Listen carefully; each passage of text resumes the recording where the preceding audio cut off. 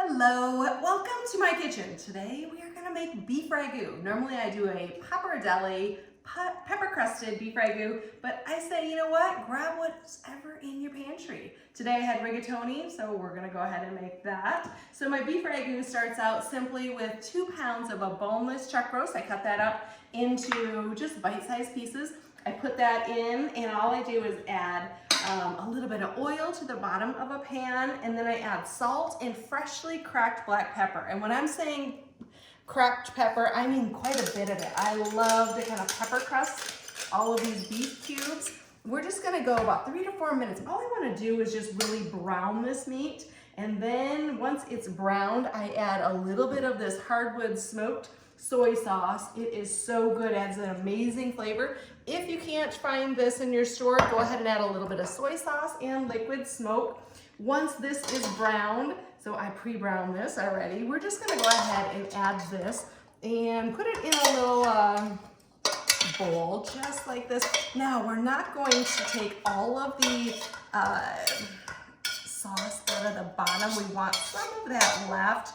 And now we are gonna keep that about medium-high heat. Then we're gonna go and add some butter into here, about 3 tablespoons, about a cup of onions. If you don't have, you can use white onions, Spanish onions. I had some leeks and some white onions. So right now we're kind of using whatever we have.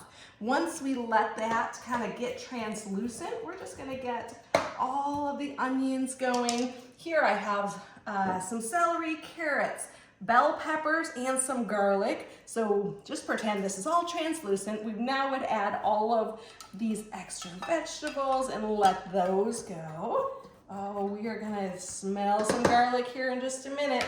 So once we let those go, probably another 4 to 5 minutes, we would then add our tomato paste. So we want to get that tomato paste kind of cooked out. So I add our tomato paste into this, just like this. Once that tomato paste is starting to cook out and get rendered down, all of this, we're going to go ahead and add our beef back in.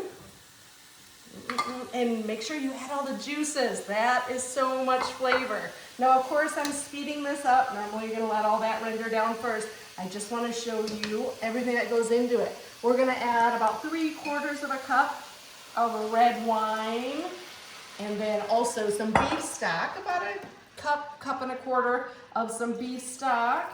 And then we are gonna add a 28-ounce can of any type of tomatoes that you have. Say they're crushed, say they are pureed, they're just whole, whatever, because we're gonna cook this about 2 to 3 hours until all of that meat is fork tender. So once we have all that in here, we're gonna go ahead and add a little bit of salt, a little bit of pepper. Here is a house seasoning that I do, which is salt, pepper, granulated garlic, onion powder, and smoked paprika. We finish it right here we do some bay leaves, some fresh thyme. You could use dried if you have it. We're gonna go ahead and put that lid on, bring that up to a simmer, put the lid on, and then put it down to low, like I said, 2 to 3 hours. After 2 to 3 hours, all we're gonna do is we're gonna remove the bay leaf.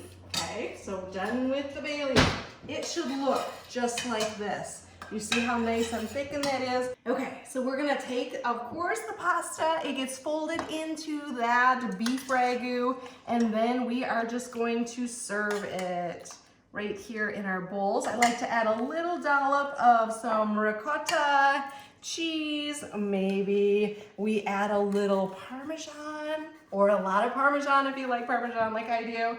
And then we would love to add a little fresh basil. And this is a perfect pappardelle or a rigatoni beef ragu.